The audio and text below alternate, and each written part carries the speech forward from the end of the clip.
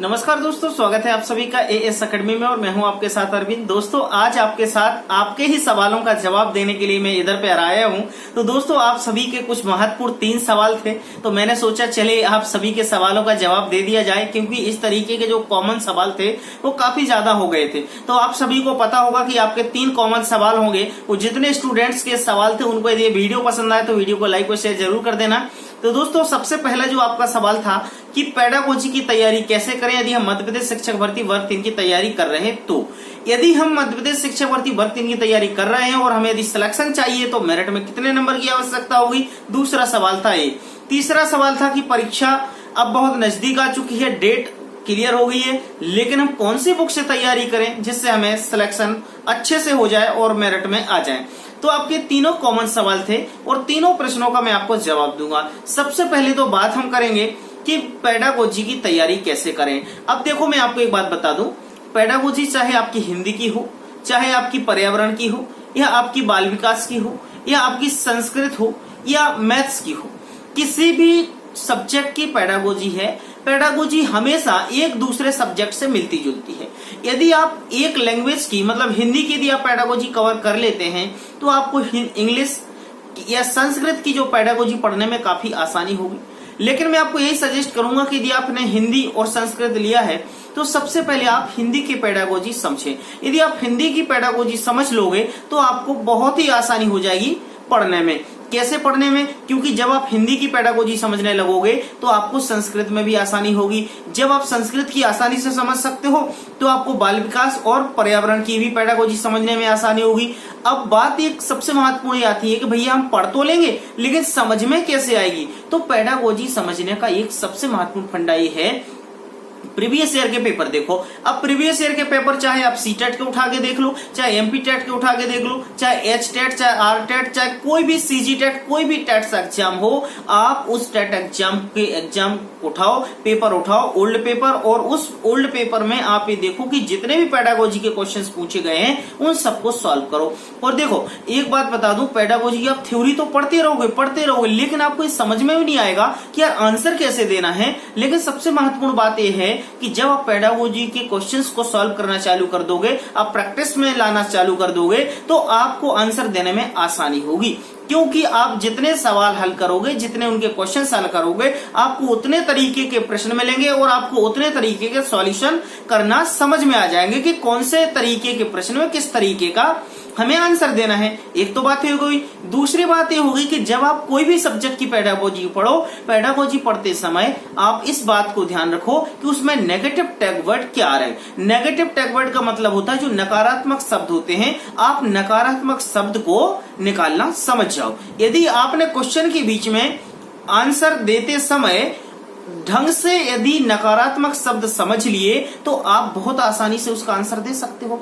नकारात्मक शब्द जैसे कुछ उदाहरण के तौर पे ही, जैसे ही शब्द आ जाता है, ये नेगेटिव टैग वर्ड है। आपका बच्चे को रटने पर बल देना, ये नेगेटिव टैग वर्ड है। यदि आप बच्चे को डांटते हो तो नेगेटिव टैग वर्ड है।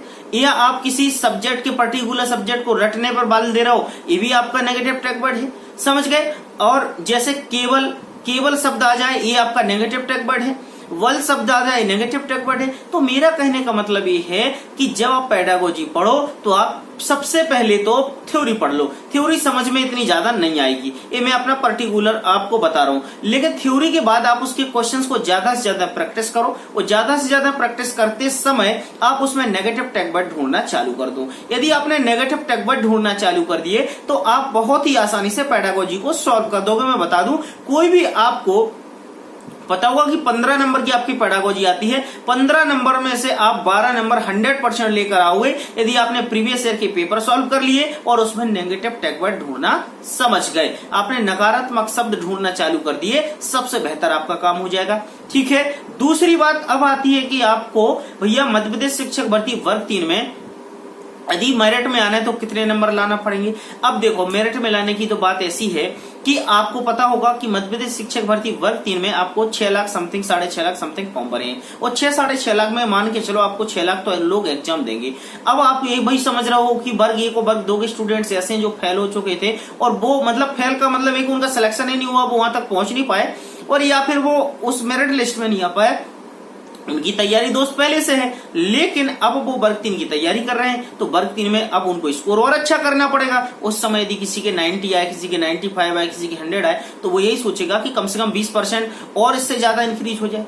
तो इसमें सबसे बड़ा पॉइंट ये है कि आपको यदि अच्छे नंबर लाना है तो सबसे ज्यादा आपको अपनी पकड़ पेडागोजी पर पढ़ाना पड़ेगी। यदि आपके 15 नंबर की पेडागोजी क्लियर हो गई तो आप ये समझो कि हर सब्जेक्ट में आपकी 15 नंबर की पेडागोजी आना है। 15 नंबर की पेडागोजी जो आएगी उसमें क्या हो जाएगा, आपका 75 नंबर की तो पेडागोजी आ जाएगी। हिंदी में आपको पता है आपका गद्य आना, पद्य आना है ना, उसी से आपके व्याकरण के सवाल बन जाना।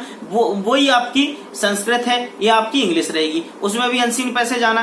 तो यहाँ से आपको 80 पैसे जो भी है, हिंदी में आप अच्छा अंक स्कोर कर लोगे। संस्कृत में थोड़ा सा आपको समझना पड़ेगा, क्योंकि संस्कृत में आप तुक्का नहीं लगा सकते हो, वहां आपको लट लकार लंग लकार पता होगी तभी आप लगा पाओगे। इसका मतलब आपको पता करना पड़ेगा कि कौन से वचन का है, कौन से बहुवचन में, कौन से एक वचन में, कौन सा स्त्रीलिंग में, कौन सा पुल्लिंग में, ये सब सारी चीजें आपको क्लियर करना पड़ेगी। तो संस्कृत थोड़ा सा आपको समझना पड़ेगा, वो संस्कृत को आपको पढ़ना पड़ेगा। तो मैं बता दूं कि हिंदी में आप स्कोर कर सकते हो, पर्यावरण में आपको पेडागोजी, सीडीपी में पेडागोजी, मैथ्स में आप पेडागोजी, इन तीनों पे आपने कवर कर लिया तो आपका एक स्कोर अच्छा हो सकता है। सेकंड थिंग, मैथ्स की बात करूं तो मैथ्स को बहुत सारे लोग ऐसा सोच रहे हैं बहुत टफ आएगा, लेकिन आप सभी को पता है कि मैथ्स आप 2011 का पेपर उठा के देख लो, इतना ज्यादा टफ नहीं है। लेकिन फिर भी मैं मानता हूं क्वेश्चन वर्ग 3 में लॉजिकली आएंगे, जिस प्रकार के सीटेट का एग्जाम होता है उसी प्रकार से आपका पेपर बनने वाला है। क्योंकि उधर पे भी आपने देखा होगा सीटेट में लोग 90 नंबर 95 नंबर लाने में पसीना आ जाते। क्यों आ जाते? क्योंकि वो लॉजिकली क्वेश्चन होते हैं, वो थ्योरी का पोर्शन जो होगा थोड़ा सा बड़ा होगा। थ्योरी का पोर्शन बड़ा क्यों होगा? क्योंकि सीटेट में अपने क्वेश्चन देखोगे काफी लंबे लंबे होते हैं, तो आपको पेडागोजी क्वेश्चन पे काफी ध्यान देना होगा, काफी फोकस करना होगा। इसके साथ साथ जब सब्जेक्ट के क्वेश्चन आते हैं तो सब्जेक्ट में आप जैसे पर्यावरण ले लो, पर्यावरण में जैसे आपका कोई भी एक टॉपिक ले लो, हमारा जल है, भोजन है, पर्यावरण है, परिवेश है, खेल कूद है, ये सब सारी चीजें, हमारा मित्र है, परिवार है, ये हमारे दैनिक दिनचर्या से जुड़े सारा पूरा परिवार है। हमें इसके बारे में थोड़ा सा बेसिक नॉलेज होना बहुत जरूरी है। यदि हमने बेसिक नॉलेज थोड़ा सा क्लियर कर लिया तो हमें और अच्छे नंबर दिला सकता है। और ये अच्छे नंबर दिलाने के लिए भी मैं आपको इसका उपाय बताऊंगा कि कैसे आपको अच्छे नंबर मिल सकते हैं। और दूसरी बात, आपको यदि नंबर चाहिए तो मैं बता दूं कि यदि आप मध्य प्रदेश शिक्षक भर्ती वर्ग 3 में यदि 115 प्लस लेके आ रहे हैं, 115 120 प्लस लेकर आ रहे हैं, तो मान के चलिए वहां आपको उम्मीद है और आपका सिलेक्शन होने के चांसेस तो हो गए, लेकिन मेरिट में भी आ सकते हैं। लेकिन इसका सबसे बड़ा आपको बताऊं नेगेटिव पॉइंट ये है कि आप लोगों ने मध्य प्रदेश शिक्षक भर्ती वर्ग 3 के नोटिफिकेशन तो ले लिया, लेकिन आपने भर्ती क्लियर नहीं कराई कि आपके कितने पदों पर भर्ती होगी। जब तक आपकी भर्ती क्लियर नहीं होगी तो आप अपनी जो सीट है वो डिसाइड नहीं कर सकते कि कितनी सीटों में मुझे एक सीट लानी है। जब तक आपकी सीट डिसाइड नहीं होंगी, पोस्ट डिसाइड नहीं होंगी, तब तक आपका नुकसान होना है। इसलिए आप अभी भी, आपके पास वक्त है, आप सब स्टूडेंट्स एक बार अपने साथ एकजुट हो जाओ, संगठित हो जाओ और अभी भी यदि अपनी पोस्टें आपने क्लियर करा ली तो आपको फायदा हो सकता है। लेकिन आप इसमें जितनी ज्यादा मेहनत करो अच्छी बात है, लेकिन कभी कभार ऐसा ना हो जाए कि मेहनत का भी आपको फल ना मिले। ये सबसे महत्वपूर्ण बात मैंने बता दी, पद क्लियर करना। दूसरी बात ये आती कि अब आप लोग बोलते हो कि कौन सी बुक से पढ़े, तो दोस्तों देखिएगा मध्य प्रदेश शिक्षक भर्ती वर्ग 3 में जो सबसे महत्वपूर्ण बात है वो मैं आपसे यही बोलूंगा कि आप कोशिश करें एनसीईआरटी की बुकों को पढ़ें। आपके पास यदि एक क्लास से लेके, मतलब फर्स्ट क्लास से लेके, तो इस तरह कुछ ज्यादा नहीं होता है, लेकिन मैं समझता हूँ थर्ड क्लास से लेके अपनी 8th क्लास तक की एनसीईआरटी की बुक में पढ़ ली तो आपका काम हो जाएगा।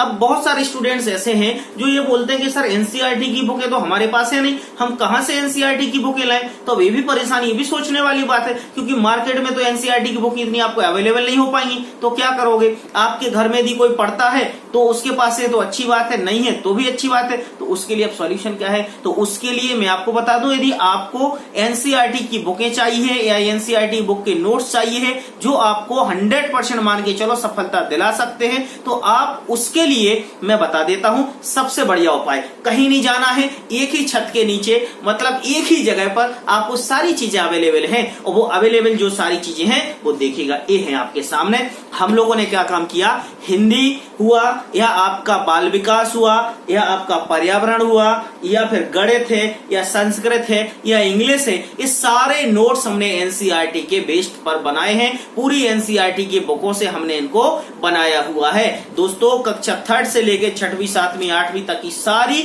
बुकों से हमने ये मटेरियल पूरा तैयार किया है। यदि आप लोग पूरी एनसीईआरटी का मटेरियल एक ही जगह पर देखना चाहते हो, एक ही जगह पर पढ़ना चाहते हो, तो आप ये नोट्स परचेज कर सकते हो। इस नोट्स परचेज करने के लिए अपनी जो नीचे नंबर चल रहा है ना 9111755039, इस नंबर पे अपना नाम और अपना एड्रेस लिखकर मुझे व्हाट्सअप कर दीजिएगा। यहाँ पर नोट्स आपके बुक हो जाएंगे। 3 से 4 दिन में नोट्स आपके घर पे स्पीड पोस्ट के माध्यम से पहुंच जाते हैं। तो दोस्तों ये जो पूरे नोट्स हैं पूरा एनसीईआरटी का मटेरियल है। इन सभी बुकों में हमने दोस्तों आज कम से कम 8 महीने से हम नोट्स सभी स्टूडेंट्स को दे रहे हैं। इसका फीडबैक भी आप बीच बीच में देख रहे होंगे कि स्टूडेंट्स ने जो फीडबैक दिया है वो आपके सामने है। तो दोस्तों आप भी मध्य प्रदेश शिक्षक भर्ती वर्ग 3 के देखो नोट्स मंगाना चाहते हो तो मंगा लो, आपके पास लास्ट चांस है। क्योंकि वर्ग 3 कब आएगी कब नहीं आएगी इसके बारे में कोई ठिकाना नहीं। इसकी बहुत सारी खासियत है। इसमें हमने क्या काम किया, पेडागोजी रखी, पेडागोजी के ऑब्जेक्टिव क्वेश्चंस रखे, उसके हमने वन लाइन क्वेश्चंस रखे, उनके हमने इंपॉर्टेंट टॉपिक की पेडागोजी रखी।